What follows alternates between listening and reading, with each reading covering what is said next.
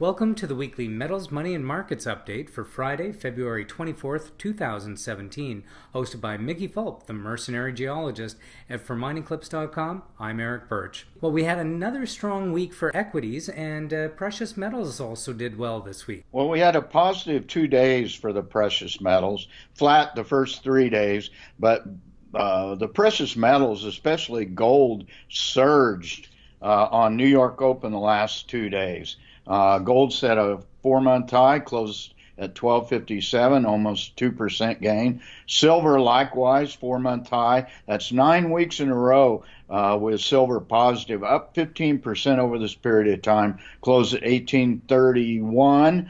Platinum had a good week, closed at 1024, up more than 2%, a 5-month high. Meanwhile, palladium fell off once again, down almost 1% to close at 769. And moving over to copper, we lost just a little bit this week, but still down in the red. Well, after a big surge on Monday, when it went to about 275, it kind of fell off the rest of the week, closed at 268, down 0.6%. It looks to me like it's consolidating at this level despite ongoing supply disruption at both Grasberg and Escondida.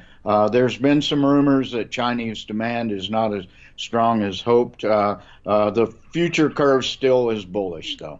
And moving on to energy, oil managed to regain the $54 level. Well, it hit a 19-month high yesterday, Eric, before it fell off today. I forgot what it was, something around 54.60, closed the week at 54.05 for a 1.3% gain.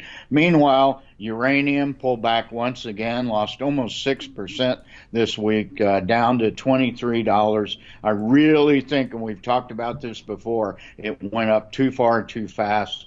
And this was despite very good news about Japanese reactors, with 12 now approved for restart. And in currencies, the U.S. dollar continued to show some strength this week. Well, it has. It's been up, 3 weeks in a row after a 6-week downturn, driven a lot by what Trump was saying.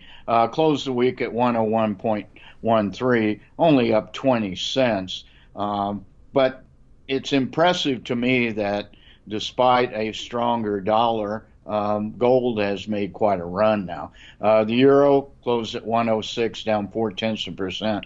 Meanwhile, the loonie has been treading water for, nearly 4 weeks now in this 76-cent and change range. So closed the week at 76.3 for a 0.1% loss.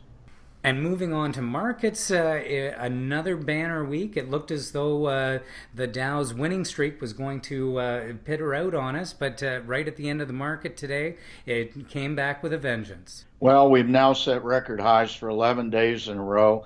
It was way down on U.S. Open this morning, like something on the order of 70 points, but it rallied, as you said, in the last hour with Trump came on and said something about his tax plan in the last hour. Plus, I think somebody's really gaming this market, probably long on the Dow, because the last 2 Fridays, both of which been down all day, in the last hour, the Dow has come roaring back. Closed once again, 11-day record high, 20,822, up 1%. S&P 500 closed at a record high of 2367, up 0.7%. NASDAQ was basically flat over the week at 5843. And moving north of the border, what happened with our venture exchange? Well, it hit a 12-month high on Wednesday of 849. That's intraday high. But last 2 days have been kind of weird. I don't know what you can say about it. With gold up, the index has been down, and this has been really led by the senior gold miners, which have been down the last couple of days.